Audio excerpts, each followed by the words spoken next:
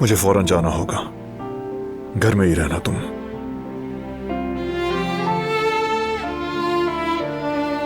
जब तुम आ जाओगे तो क्या हम अम्मी बाबा से मिलने चलें?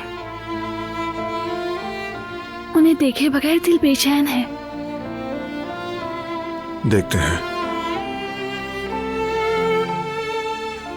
अपना ख्याल रखना।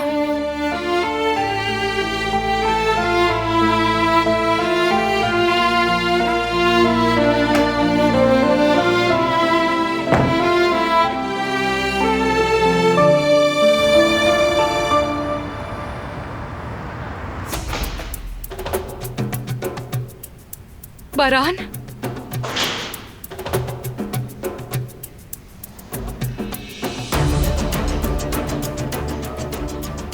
तुम्हारा आने के लिए शुक्रिया। मुझसे अब ये सब बर्दाश्त नहीं हो रहा। मैं बिल्कुल ठीक नहीं।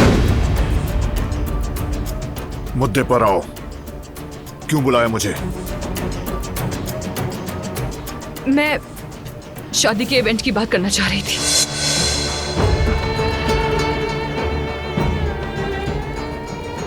सब कुछ मैंने ही किया था। क्या कह रही हो तुम?